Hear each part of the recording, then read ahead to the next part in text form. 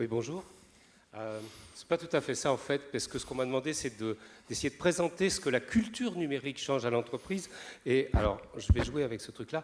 Culture numérique, c'est en fait une manière d'aborder le numérique, non pas par l'angle de la programmation, non pas par l'angle de la technique, qui peut nous amener à ce qu'on appelle le déterminisme technologique, dont nous avons eu, je crois, beaucoup d'exemples ce matin, mais au contraire de quels sont les usages, quelles sont les pratiques, qu'est-ce qui émerge, comment en fait l'informatique est un système socio-technique qu'il faut regarder comme ça. Quels sont les comportements des usagers qui créent cette culture numérique? Et pour moi, culture a un double sens. C'est toujours la culture au sens anthropologique, notre approche culturelle de notre relation au monde. Et puis, c'est bien entendu une nouvelle culture lettrée. Je ne vais pas trop développer ici l'aspect de nouvelle culture lettrée, mais on le voit bien avec toutes les nouvelles pratiques, les youtubeurs, le modding pour le jeu vidéo, le booktubing pour la présentation des livres sur Internet, etc., etc. Toute une série de pratiques nouvelles qui émergent. J'ai oublié de dire, je suis également éditeur. Et les livres que je présente sont les excellents livres de ma maison d'édition sur laquelle, comme Joël de René, je fais un peu de publicité. Et vous aurez l'occasion de les dédicacer au moment de la pause. Ah, si vous voulez, ils sont là. Alors voilà. Quand on parle de la culture numérique, on est obligé de partir du projet qui est porté. Et ce projet n'est pas le même selon qu'on est l'entreprise qui va vendre les outils de la culture numérique, qui va essayer de grandir avec cette culture numérique, ou selon qu'on est l'utilisateur, qu'on soit un utilisateur néophyte ou même un utilisateur geek ou geekette. Voilà. Or, souvent, la culture numérique est vécue par l'entreprise comme un moyen de marketing. Voilà. C'est pourquoi j'ai besoin d'une page Facebook, qu'est-ce que je fais dans les médias sociaux, etc. etc. Moi, je pense qu'il faut regarder la culture comme l'outil d'émancipation.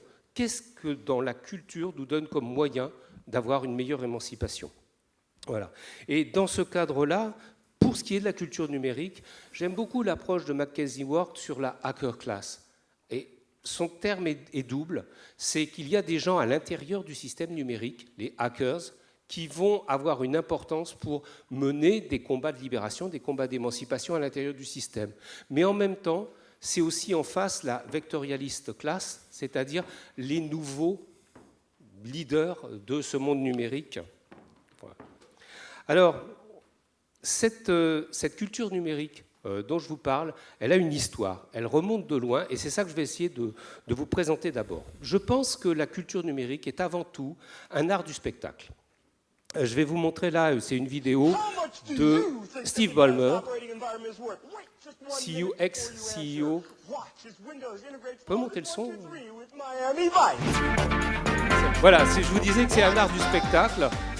Ça fait partie des métiers du spectacle. On est dans la présentation. Nous avons Bill Gates qui est là et qui danse, qui présente ses machines comme étant toujours... Alors, c'est drôle maintenant de voir toutes ces vieilles machines dont parlait Joël de René ce matin. C'est drôle de les voir. C'est aussi un art du spectacle pour un art de mobiliser les gens à l'intérieur. Là, c'est Steve Ballmer qui parle à ses développeurs.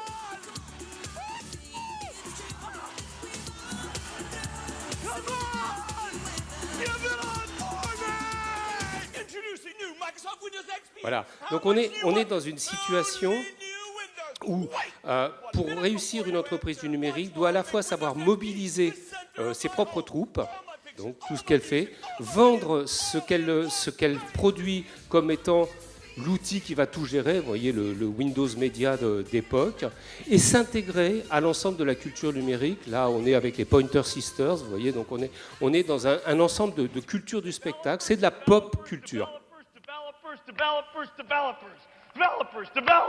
Voilà. Je continue parce que le spectacle continue avec une autre forme de spectacle. Vous avez ici Steve Jobs et le message de Steve Jobs, si on peut montrer. I've been looking forward to for 2.5 years. Alors là, on a quelque chose d'extraordinaire. Ils applaudissent déjà. Every once in a while, a sauf revolutionary qu'il attend depuis 2 ans. That changes everything. Et ensuite, il va présenter un produit qui change tout et absolument tout. Et il va raconter, ça m'est déjà arrivé, j'ai produit le maquillage. Je m'excuse, je ne laisse pas la vidéo jusqu'au bout parce que je crois qu'on a un problème de temps. Donc j'explique un peu en quelques minutes ce que je tire de cette vidéo. Il est en train de présenter le iPhone. donc sur un modèle de spectacle. Et dans la salle, ce qui est intéressant, c'est que tous ces gens que vous avez vus applaudir, en fait, c'est des journalistes. Et alors là, c'est quand même quelque chose d'intéressant, parce qu'on est dans une situation où le métier de Steve Jobs, c'est de présenter à des journalistes qui vont faire relais auprès de la population, et cela se comporte, là c'est David Carr, feu David Carr du New York Times, qui explique, mais enfin, on est quand même dans une situation tout à fait bizarre, où les journalistes, au lieu de rendre compte, se retrouvent être des gens qui applaudissent, qui participent de la création du mythe et de la culture. Et ça, c'est quelque chose d'ancien. C'est quelque chose qui date presque des débuts de l'Internet. C'est en tout cas quelque chose que raconte très très bien Fred Turner dans un excellent livre que j'ai eu l'honneur et l'avantage d'éditer, qui s'appelle Aux sources de l'utopie numérique, donc un livre majeur qui raconte l'histoire de l'Internet, non pas comme une succession de succès technologiques, d'avancées technologiques, mais comme un ensemble sociotechnique qui s'est développé. Or, il dit qu'il y a un moment majeur. C'est cette vidéo que vous connaissez certainement tous, tournée par Ridley Scott, qui est présentée devant la foule de la finale de baseball, et qui montre un moment majeur pour l'informatique, où en fait on commence, là on a Big Brother, et on a cette personne qui est la seule en couleur, qui arrive et qui va... Là, on a tous les servants de l'informatique, les hommes en costume de flanelle grise, qui représentent en fait l'ancienne informatique, l'informatique centralisée, l'informatique maîtrisée par les gens en blouse blanche dans les salles réfrigérées des ordinateurs, qui sont l'informatique de Big Brother. Et elle fait exploser tout ça. On January 24th, Apple Computer will introduce Macintosh. And you'll see why 1984 won't be like 1984. Alors ce qui est intéressant, c'est de voir comment cet outil, qui était vécu comme l'outil du pouvoir absolu, qui était l'outil qui était capable de nous surveiller au travers de l'écran de Big Brother, en même temps que de nous influencer au travers de l'écran de Big Brother, à nouveau, comment cet outil devient le symbole même de la liberté, le symbole même de la capacité de l'individu à retrouver de la liberté à l'intérieur du système. Ça ne vient pas tout seul. Ça vient parce qu'il y a des gens qui ont porté ce projet-là, et notamment celui que vous avez en bas, qui s'appelle Stewart Brand. Stewart Brand est à la tête d'un groupe de journalistes, le groupe de journalistes du Wallhurst Catalog. Wallhurst Catalog, bon, c'est mythique. Qui d'entre vous a déjà vu le Wallhurst Catalog en vrai ? Pas beaucoup, pas beaucoup à vivre les mythes. Donc ça a eu le Booker Prize aux États-Unis. C'était quelque chose qui vendait plus d'1 million d'exemplaires à chaque parution et qui était organisé comme l'Internet. Steve Jobs dit que c'était un Internet de papier. Voilà. Donc ce groupe de journalistes autour du Wallhurst Catalog vient des, je reviens sur la transparence précédente, vient des communautés, donc le mouvement communaliste. Le mouvement des communautés en France, c'était pas grand-chose. Aux États-Unis, c'est 700 000 jeunes qui sont partis vivre à la campagne. C'est pas rien, c'est quelque chose un mouvement très important. Donc qui vont partir avec l'idée qu'en changeant leur propre vie, ils allaient changer le monde. En faisant des changements locaux, ils allaient changer le monde. Et ils partent, certes, avec des caprettes en peau de castor, avec des choses comme ça, mais ils partent aussi avec la technologie, grâce à Stewart Brand, qui les introduit aux notions de la cybernétique, aux notions des premiers calculateurs, et demain, enfin très vite après, en 1975, le Altaïr, c'est-à-dire le tout premier micro-ordinateur fabricable en kit. Ces gens-là vont échouer, le mouvement des communautés, on sait bien, a échoué, ils sont revenus, et qu'est-ce qu'ils ont créé? Des communautés virtuelles. Le terme est de Howard Rheingold, celui qui est sur je ne sais pas pour vous, c'est la droite de l'écran. Voilà. Donc ce terme de communauté virtuelle, et donc ça va prendre un sens différent, c'est qu'en créant des communautés virtuelles, Stewart Brand va inviter, devinez-le, des journalistes. Tous ces fameux journalistes qui applaudissent Steve Jobs quelques années après étaient invités à l'intérieur de The Well, et ils ont fait en sorte que ce qu'ils vivaient devait devenir le mode de vie de l'avenir. Si ça vous rappelle certains discours qu'on a pu entendre ce matin, voilà. Alors, le rôle des journalistes en général est de rendre compte. Mais l'équipe de Stewart Brand, dont après Kevin Kelly, par exemple, dont on a parlé ce matin, ou Anderson, celui qui a inventé la longue traîne, ou le bénéfice, le coût zéro, et qui reviennent toujours d'ailleurs sur ce qu'ils disent quelques années après, parce qu'il y a un nouveau truc qui fait hype, eux, ils organisent les événements dont ils vont rendre compte. Notamment, ils ont organisé un grand événement en 84 autour des hackers. Donc, c'est l'année des hackers 84, puis c'est l'apparition du livre mythique de Stephen Lewy. Voilà. Donc, ils organisent une conférence qui va réunir tous les grands hackers de l'époque, hein, Stallman, Wozniak, etc., et qui va essayer de travailler non pas la technologie du hacking, mais l'éthique des hackers. Alors, avantage positif, c'est que ça va nous créer le mouvement du logiciel libre. Derrière, l'année d'après, la création de la Free Software Foundation et finalement l'apparition de Linux. À la même époque, ce qui me semble intéressant, c'est de voir le place de la science-fiction. William Gibson publie Neuromancer, et Neuromancer va être le roman que les chercheurs vont essayer de rattraper. Donc on a dans ce roman quelque chose qui nous a encore été montré ce matin, vous savez, l'œil caméra. Donc c'est un des personnages centraux de ce roman, à l'œil caméra. C'est ce roman qui va en fait nous inciter à aller vers la réalité virtuelle. Autre mythe de l'époque, c'est celui de l'horizontalité. Ce dessin du New Yorker, très célèbre, qui nous dit sur Internet, personne ne sait que vous êtes un chien. Sauf qu'en fait, on savait très très bien que derrière le clavier d'Internet, c'était un homme blanc, CSP+, Bac plus 5, etc., etc. Et que ça l'est resté très très longtemps. Je crois que le moment où il y a eu autant d'hommes que de femmes sur Internet, c'est dans les années 2005. Donc voilà. Donc on voit bien que dès le début, on a eu tout un travail de fabrication de messages qui allaient avec l'Internet, mais qui en fait étaient tous des messages de type mythique. Ce qui m'intéresse maintenant, c'est de voir... Alors, mais il crée une culture, parce qu'on ne peut pas créer une culture si on ne crée pas des utopies, hein, si on ne crée pas des mythes. Donc ce n'est pas non plus complètement négatif de créer des mythes. Hein. C'est ce qui nous a permis d'investir notre énergie. Ce qu'il faut, en revanche, c'est considérer que la culture, s'il doit être un outil d'émancipation, doit être quelque chose qui nous permet à la fois de croire à des mythes, on est dans une salle de spectacle et on aime bien croire à ce qui se passe dans le spectacle, et puis en même temps de prendre du recul. C'est ce que je vais essayer de voir maintenant avec quelques éléments, quelques termes en fait, mis en place dans la situation actuelle autour des entreprises. Le premier, c'est le terme d'automatisation. En fait, si on regarde bien, une large partie du travail à l'origine de l'informatique, c'était d'automatiser un certain nombre de tâches, et c'est une chose que l'on retrouve aujourd'hui derrière la notion d'intelligence artificielle. C'est-à-dire on va avoir des intelligences artificielles qui vont sélectionner pour nous parmi la masse d'informations. Et le pour nous étant de deux manières, à notre place, donc ils vont le faire pour nous, mais en même temps, ils vont le faire avec ce qu'ils savent de nous, avec la manière dont ils estiment, à l'image de Google aujourd'hui, qu'est-ce qui est le plus intéressant pour nous. Voilà. Donc ça, c'est un premier mythe, le mythe de l'automatisation, qui, y compris, va arriver aujourd'hui au mythe de l'intelligence artificielle qui remplacerait. Écoutez, il y a quand même un problème avec cette histoire. C'est qu'on peut avoir des systèmes qui reproduisent, mais des systèmes qui ont la conscience de ce qu'ils font. Jusqu'à présent, on n'en a pas trouvé d'autre que l'être humain. Hervé, j'ai le mauvais rôle, je dois vous rappeler le temps. Oui, j'ai encore combien de temps ? 6 minutes. Ça va être dur. Communication.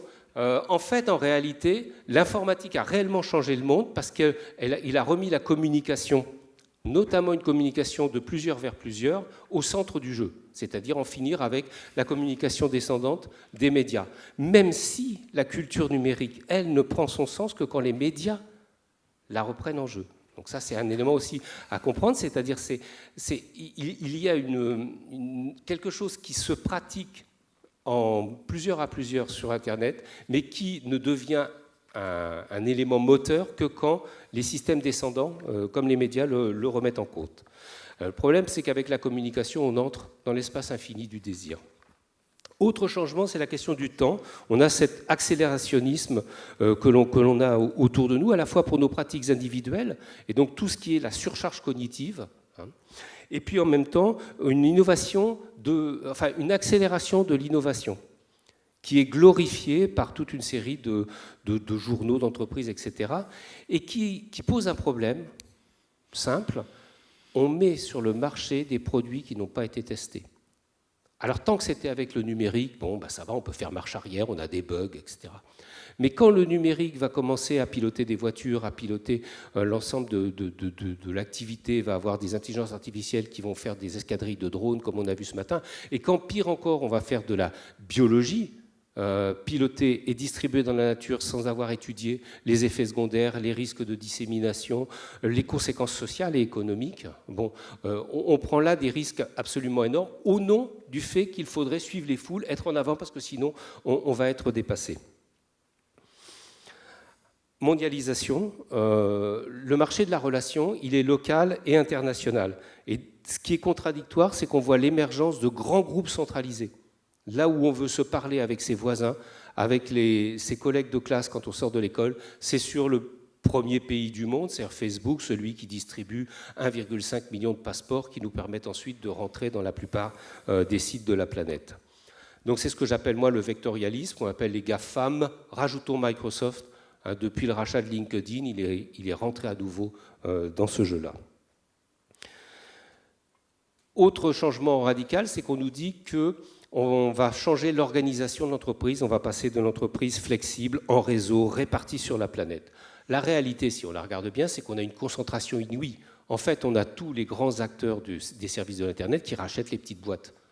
Donc on a première contradiction. Et deuxième contradiction, c'est qu'on a un contrôle à tous les niveaux. L'entreprise, elle n'est pas en réseau avec une base de confiance dans ses salariés. Les 20% chez Google, c'est fini. C'est fini maintenant. Donc on a un système où on calcule le ROI, où on a du benchmarking permanent, etc., etc. Et dans ce cadre-là, on nous dit que le salarié va devenir indépendant. On a l'image du haut qui nous présente le vrai freelancer. La réalité, c'est celle d'en bas, celle des gens qui sont rivés à leur clavier. C'est le précariat généralisé. On nous dit aussi qu'on va vers la fin du travail. C'est le nouveau mythe à la mode aujourd'hui. La fin de l'emploi peut-être, la fin du travail certainement pas. Enfin, l'autre mythe, c'est qu'on va devenir tous des intermittents. J'y crois pas trop, puisque justement au même moment, on essaie de réduire le régime des intermittents, c'est-à-dire de considérer que les moments de réflexion, en informatique, c'est des moments de formation qui sont absolument nécessaires tout au long de l'activité de travail, doivent faire partie du temps de travail. C'est la logique des intermittents. La réalité, c'est que non, on l'externalise de plus en plus. Autre mythe, c'est celui de la transparence. Alors juste une chose, la transparence, la glasnost dont parlaient les Russes, c'était la transparence des pouvoirs pour les citoyens. Aujourd'hui, c'est l'individu qui est devenu transparent auprès des pouvoirs, de tous ceux qui peuvent faire des calculs sur le pouvoir. Mais en même temps, les entreprises sont elles-mêmes devenues en danger, c'est-à-dire il y a Wikileaks, il y a la capacité en fait des lanceurs d'alerte. Là, c'est quelque chose qui date d'hier, qui est la découverte qu'une des études scientifiques, avec tous les guillemets nécessaires, sur le paquet neutre, sont en fait payées par Philip Morris. Bon. Voilà. Dernier point sur les bons messages, c'est les mégadonnées. Des mégadonnées aujourd'hui, en fait, dans les mégadonnées, il y a deux mythes. Le premier, c'est que ça serait la taille des données qui ferait émerger des conséquences, des conclusions, des choses comme ça. Et donc, là, c'est très bien pour les informaticiens. On peut toujours vendre plus de puissance, plus d'espace disque, plus de capteurs, plus de données. Bon. Mais la réalité, c'est que c'est les logiciels d'interprétation des données qui sont les plus importants. Or, ceux-là, ce qu'ils savent faire très bien jusqu'à présent, que ce soit pour le langage, ou que ce soit pour la reconnaissance de visage, etc., c'est traiter des lots en entrée énormes, apprendre à une couche de réseau de neurones, et à partir de ça, faire des extrapolations qui sont de l'ordre simple de celui de la recommandation dont on a l'exemple sur la photo. Et ça, pourquoi est-ce qu'ils arrivent à le faire ? Parce qu'en fait, il y a des régularités sociales. C'est-à-dire on a un mythe qui on partirait des individus et on extrairait des connaissances, alors qu'en réalité, on nie le fait qu'il y a des existences de groupes, des régularités sociales, des pratiques collectives, des choses comme ça, qu'on retrouve chez chacun des individus. Ça, je vais sauter parce que je n'ai pas le temps. Et on va se donner juste une petite minute, voilà. Hervé. Je saute. J'ai deux transparents, ça devrait aller. Allons-y. Voilà. Donc, ce que je pense, c'est que ce que j'ai essayé de vous montrer, ça, c'est que quand on parle de la culture numérique, on ne peut pas parler d'une chose en disant ça, c'est la culture numérique. C'est en fait un ensemble de pratiques, un ensemble de pouvoirs. Il n'y a pas de culture sans relation au pouvoir. Et un ensemble de volontés, de messages, d'émancipation. Voilà. C'est tout ça qui forme la culture numérique et qui me fait dire comme l'a dit Joël de René ce matin, qu'en fait, on est plongé dans l'écosystème numérique. Ça n'est pas un outil qui serait extérieur aux sociétés et qu'on pourrait utiliser pour tel ou tel objectif qui nous serait affecté. Mais c'est d'ores et déjà un écosystème dans lequel nous sommes plongés, et donc nous avons effectivement la biosphère et la noosphère. Donc cet écosystème numérique. Et lui-même, il est toujours contradictoire. Il vit entre l'utopie et la concentration, il vit entre l'échange mondial, la compétition aggravée, et puis l'échange local, les relations qui peuvent se tisser.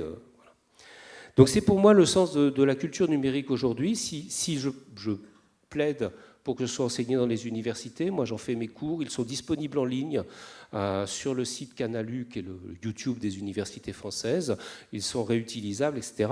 Si je plaide pour l'existence d'une culture numérique, c'est parce que je pense qu'elle est nécessaire à l'émancipation du citoyen, c'est-à-dire à la capacité à comprendre l'écosystème dans lequel nous sommes plongés, à analyser sous toutes ces facettes, que ce soit ces facettes techniques, mais aussi ces facettes sociales, de la culture lettrée, des nouvelles cultures lettrées qui émergent, des facteurs économiques, des facteurs géopolitiques, etc., etc., etc. Voilà. Donc je pense que c'est ça qui nous permet aussi de nous affronter aux tendances. C'est-à-dire derrière les mythes, il y a l'utilisation pour mobiliser les énergies et il y a l'utilisation pour capitaliser sur les énergies. Et ces deux utilisations différentes des mythes, souvent des mêmes mythes. Alors je termine souvent par cette phrase de Marcel Mauss, qui s'adresse peut-être à Mark Zuckerberg s'il le faut. Voilà, je vous remercie. Merci beaucoup Hervé Lecronier. Allez, on va se donner une seule question courte dans la salle et évidemment une réponse courte d'Hervé Lecronier. Qui pose la question qui sera la seule posée à Hervé? J'aimerais pas être à sa place. Allons, allons. C'est la pause post-prandiale. Nicolas, là, je suis sûr que tu as une question, Nicolas Grévry. Je suis sûr que tu as une question. Voilà. Ah, bah, il y en a une là-bas. Ah, bah, tu vois, ce sera pour tout à l'heure. Question ici. Oui, Pascal Rigaud, je suis enseignant. Est-ce que le baccalauréat est adapté à la culture numérique, puisqu'on passe par le... Belle question. D'actu. Écoutez, le terme culture numérique, quand j'ai commencé mes cours, était très peu utilisé. Maintenant, tout le monde l'utilise. Il est dans tous les manuels, il est dans les programmes scolaires du lycée et du collège. On va changer le B2I pour y intégrer la culture numérique. Donc tout ça, c'est en progrès. Voilà. Est-ce que le baccalauréat est adapté? Écoutez, dans la culture numérique, il y a quand même quelque chose qui est essentiel, c'est de savoir lire, écrire, compter, échanger, partager, savoir co-construire. Je pense qu'il y a un très très beau rapport, c'est celui du Conseil national du numérique qui s'appelle Jules Ferry 3.0 et qui met en avant cette idée que le numérique c'est du collectif. Dès qu'on met du numérique à l'école, en fait, c'est pas tant le numérique, c'est même pas le code qui est le plus important, c'est le travail collectif qui va se faire avec le numérique. Et ça fait partie de cet approfondissement de la culture numérique. Vous donnez n'importe quel projet à des élèves de lycée, la première chose qu'ils font, c'est créer un groupe sur Facebook pour travailler leur projet ensemble. D'accord ? Donc, il faut qu'on intègre ça dans les pratiques pédagogiques. Ça me semble très important. Pour ma part, j'y vois une reconnaissance en fait, de l'importance de la culture numérique, parce que le rôle de l'école, pour moi, c'est de former le citoyen autonome. Autonome, c'est-à-dire capable de réfléchir à l'environnement, au pouvoir auquel il est confronté, à l'espèce de place que lui va occuper dans ce monde-là. Merci beaucoup. Applaudissements pour Hervé Lecronier, que vous aurez l'occasion de retrouver tout à l'heure.